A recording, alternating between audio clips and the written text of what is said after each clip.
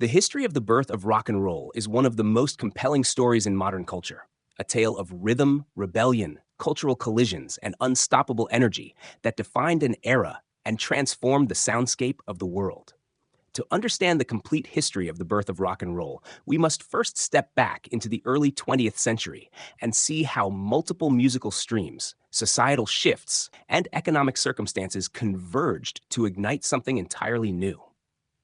Rock and roll was not invented in one studio, one city, or by one artist.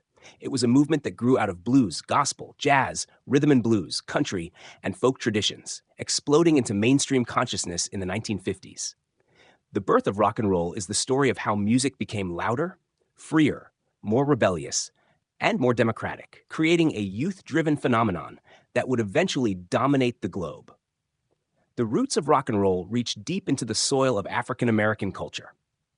Blues music, born in the Mississippi Delta, was perhaps the single most important foundation.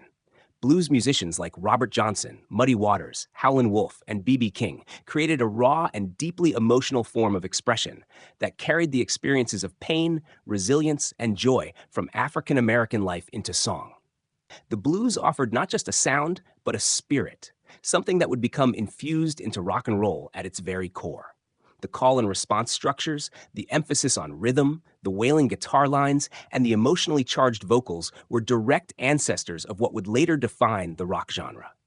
Alongside the blues was gospel, another cornerstone that lent passion, intensity, and the very performance style that would electrify rock. In churches across America, singers like Sister Rosetta Tharpe were belting out gospel numbers with guitar in hand, blending spiritual fervor with showmanship that planted seeds for rock and roll. Tharpe, in particular, is often called the godmother of rock and roll, and with good reason. Her recordings in the 1940s showed how distorted guitar tones and fiery vocals could light a musical fire that rock musicians would later fan into flames. Meanwhile, rhythm and blues was beginning to emerge in the 1940s, taking elements of jazz, blues, and swing, and pushing them toward a younger, more energetic audience. Artists like Louis Jordan and Big Joe Turner helped pioneer jump blues with walking bass lines, horn sections, and infectious grooves that kept audiences dancing all night. Rhythm and blues was key to the birth of rock and roll because it introduced the up-tempo, backbeat-driven style that became the heartbeat of the new music. The backbeat, that insistent emphasis on the second and fourth beats, would become the DNA of rock. Without rhythm and blues, rock and roll would never have found its swagger. Country music also played a vital role.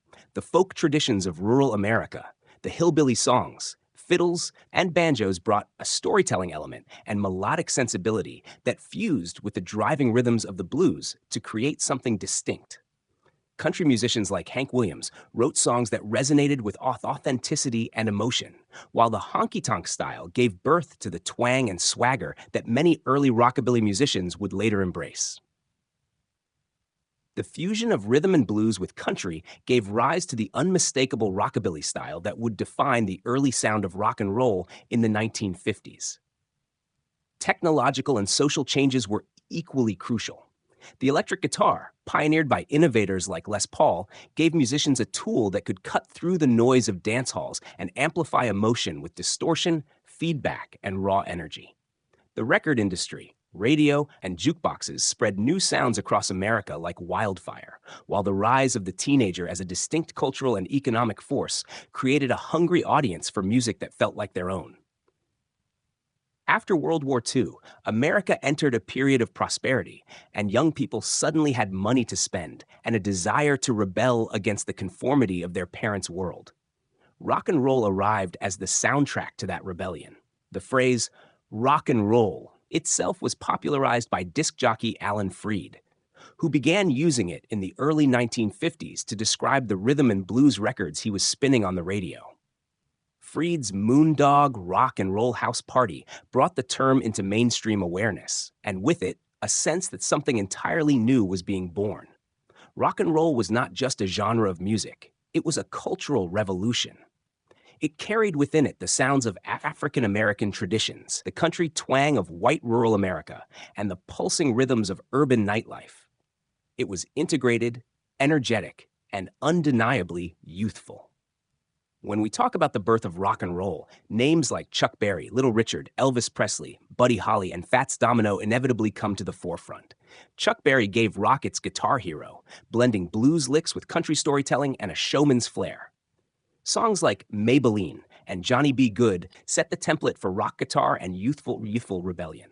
Little Richard brought flamboyance, outrageous energy, and pounding piano-driven rockers like Tutti Frutti and Long Tall Sally. His wild screams and gender-bending performance style challenged norms and thrilled audiences.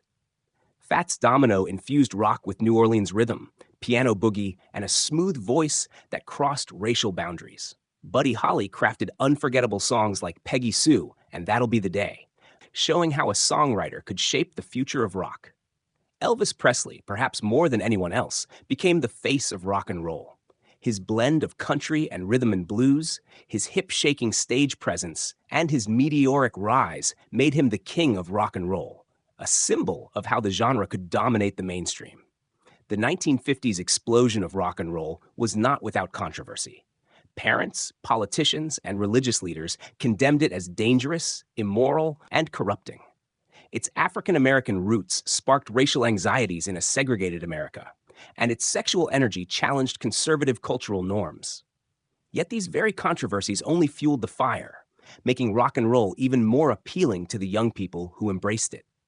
It became a generational dividing line, the sound of freedom, rebellion, and individuality.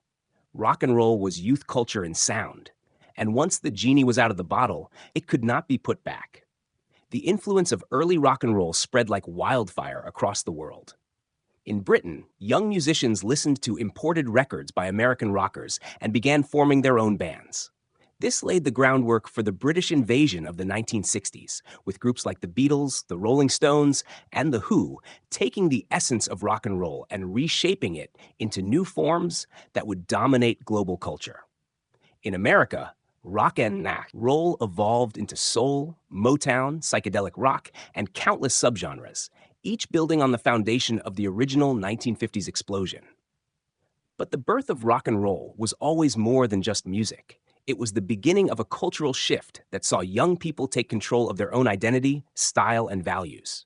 It was about fashion, dance, slang, and attitude, as much as it was about guitars and drums. Rock and roll gave a voice to the voiceless, energy to the restless, and a beat to a generation. The complete history of the birth of rock and roll is a story of convergence, rebellion, and transformation. It is the story of how African-American music traditions blended with rural white folk styles, how gospel passion fused with rhythm and blues grooves, how country storytelling merged with electric guitars, and how all of it came together in the 1950s to create something that sounded like freedom.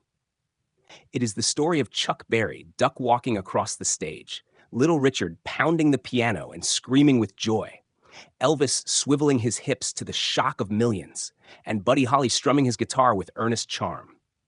It is the story of jukeboxes in diners, radios in cars, and teenagers finding themselves in the beat of a drum and the strum of a guitar. Rock and roll was born in the margins, in the crossroads of cultures, but it became the heartbeat of the world. Today, when we look back on the birth of rock and roll, it is clear that it was one of the most important cultural revolutions of the 20th century. It shaped not only the future of music, but also the very way we think about youth, freedom, and identity. It showed how music could break down barriers, inspire movements, and electrify the human spirit. From its roots in the blues and gospel, through its explosion in the 1950s, to its global domination in the decades that followed, rock and roll remains a symbol of rebellion, creativity, and passion. Its birth was not just the start of a new genre, it was the start of a new world.